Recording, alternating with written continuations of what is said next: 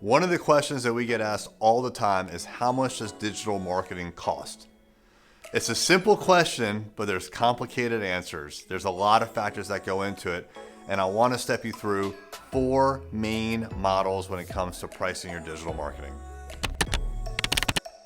The first and most common model is hourly rates. What that means is every hour that someone works for you doing your digital marketing, at some point they will send you an invoice. Now, how much will that cost you?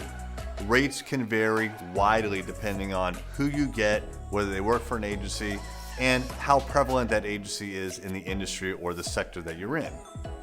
If they're an award-winning agency, it's going to cost a lot more likely than a startup agency. Generally speaking, rates will run between $50 and maybe $100 per hour. It could actually go up from there. The upside of hourly rates is that you only pay for what you get. If you need someone, you'll pay for that. The downside is you'll get that bill, and sometimes it'll be more than you expect. The second most common model is the monthly retainer model.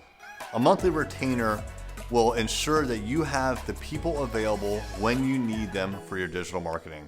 Now, the pricing for that also, of course, varies depending on a lot of different factors, but generally speaking, it's between $1,000 and $3,000 per month. Sometimes that even includes some advertising spend on platforms like Google and Facebook.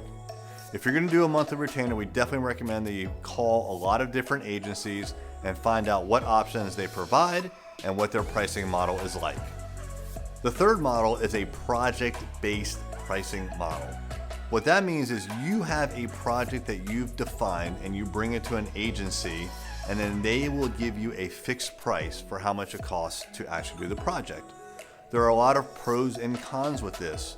One pro for you is that you are shifting the liability from yourself to the agency because they're agreeing on a fixed cost. Now, the downside is that if anything changes in that scope of work, and especially if you want to change, they're going to give you a change order. So be aware of what those costs are, but you also have to be very, very diligent about the actual scope of work that you're signing up for, or else you will be opening yourself up to change orders. Those costs can vary greatly depending on the scope of the project, but I would guess it's going to be at least $1,000, maybe $5,000 to $7,000 for your typical digital marketing project. The fourth model, which is also very common, especially for larger companies, is to have full-time employees handling your marketing. Lots of pros and cons here. A pro is that you do not have to define what the scope of work is. As a matter of fact, it can change greatly over time. When you think of something new that you want to try for your marketing, or if they think of something new that they want to try, you don't need to create a new contract, you don't need to sign a new change order, you just ask your employee to do it.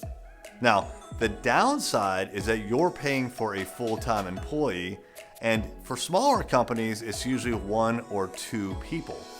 And what that means is that your entire marketing skill set includes and is limited to the skill set of those 2 individuals.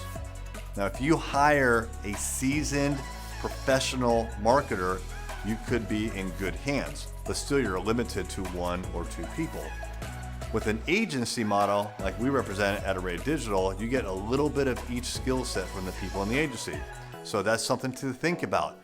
Do you want hourly pricing? Do you want project pricing? Do you want a retainer of an agency, or do you want a full-time employee? There are pros and cons to all these models.